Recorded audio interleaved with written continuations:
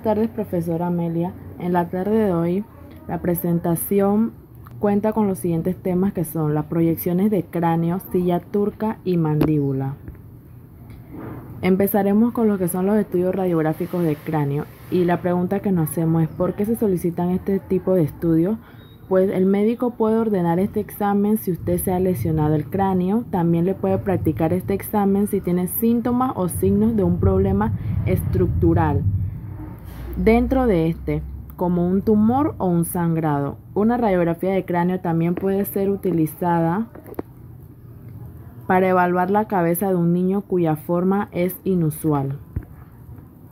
Las proyecciones de cráneo se basan en 4, que sería una serie de cráneo, como la AP, TON, PA y lateral.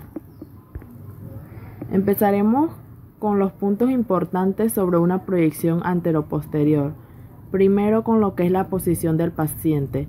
El paciente debe estar en decúbito supino o bipedestación, como lo muestra la imagen de abajo. El detector debe ser de 23 por 30 de manera longitudinal. La distancia foco-receptora debe ser de 100 centímetros.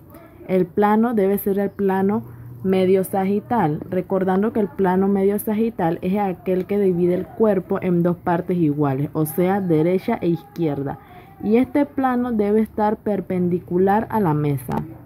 Luego seguimos con las líneas que se utilizan. Se utiliza la línea órbito-meatal que va desde el canto externo del ojo hasta el meato auditivo, como lo muestra la imagen de abajo, y también se utiliza la línea interpupilar, que es una línea recta que pasa por el centro de los ojos y esta va paralela a la mesa. Luego tenemos lo que es la incidencia del rayo, que es perpendicular a la región a explorar. El centraje va en la línea media pasando por la línea órbito-meatal. Los factores de posición que se utilizan en esta proyección son 66 kbp y 25 MAS. Se utiliza con Bucky o sin Bucky. Criterios de evaluación dentro de una proyección anteroposterior de cráneo debe ser el techo de la órbita, que se lo voy a mostrar. El techo de la órbita vendría siendo este. También debemos observar lo que es el pellizco dentro de la órbita, que vendría siendo este. También tenemos lo que es la línea ignominadas, que es esta de la esquina.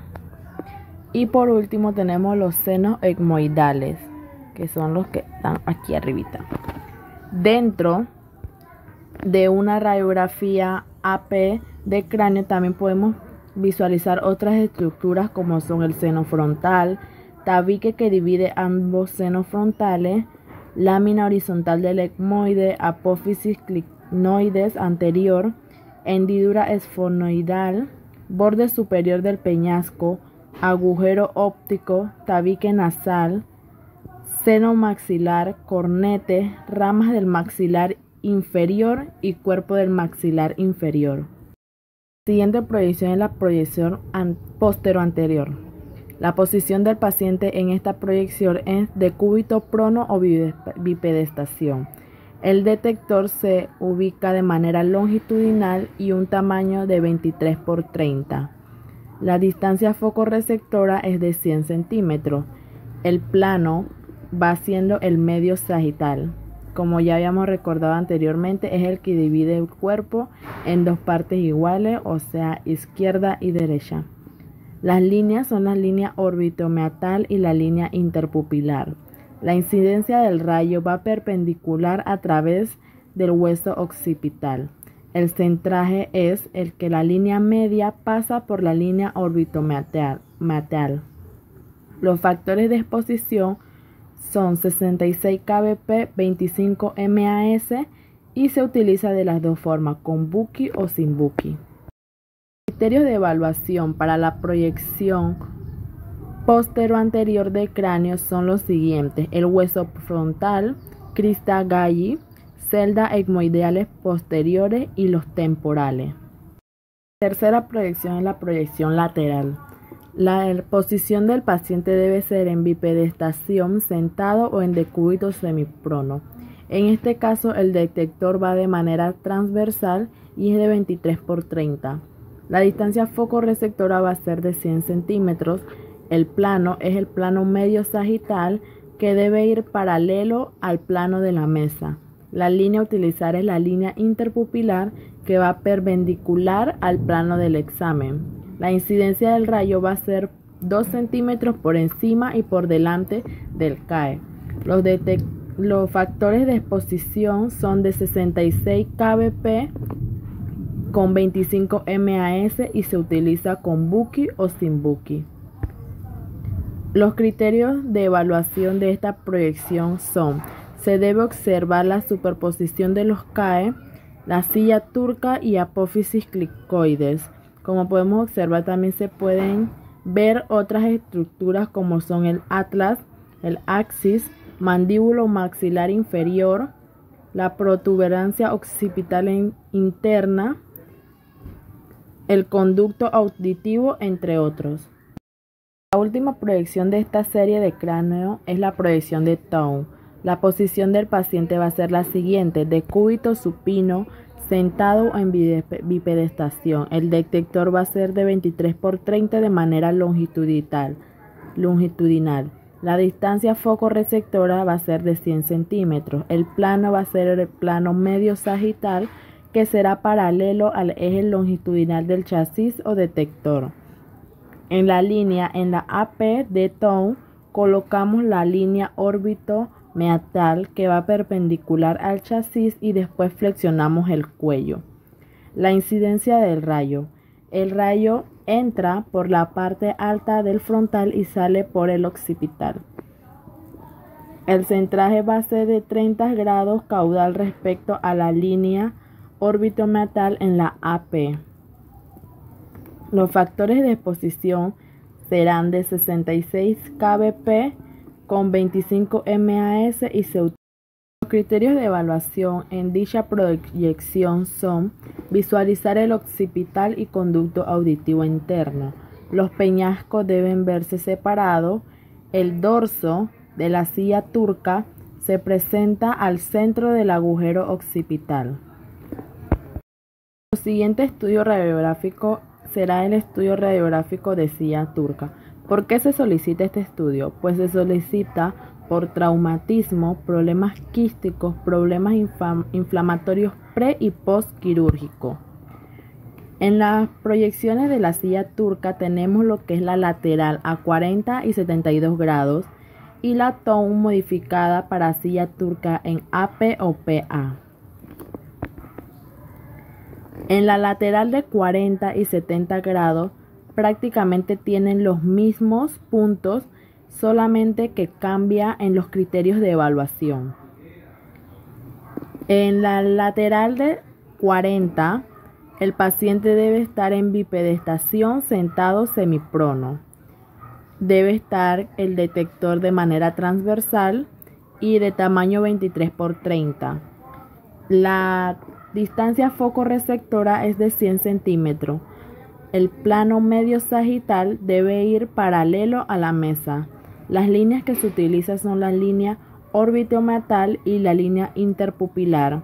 La línea órbito-meatal debe quedarse paralela al borde superior del casé y la línea interpupilar debe ir perpendicular a la mesa. La incidencia del rayo va 2 centímetros por arriba, por delante del CAE, y los factores de exposición son de 65 kbp y 12 MAS. En la lateral a 72, los puntos son prácticamente iguales. El paciente debe estar sentado o semiprono o también en bipedestación, con el lado a radiografiar más cercano a la mesa radiológica. El detector va a ser 23 por 30. En este caso, el 23 por 30 es de manera longitudinal. La distancia foco-receptora es de 100 centímetros. El plano es el plano medio sagital paralelo a la mesa. La línea órbito-meatal es paralela al borde superior del chasis. La línea interpupilar es perpendicular a la mesa. La incidencia va a ser 2 centímetros por arriba por delante del CAE. La siguiente es una TOW modificada para silla turca en AP o PA.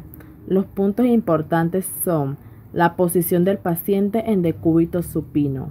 El plano medio sagital debe estar perpendicular a la placa, ya sea que el paciente esté en decúbito supino o prono.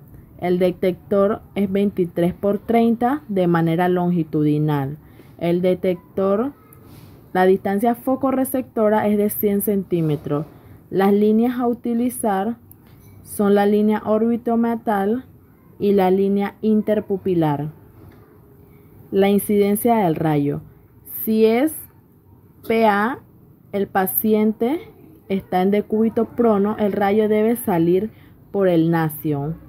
Si el paciente está en decúbito supino AP, el rayo debe incidir 5 centímetros por encima de la glabela y sale por el agujero magno.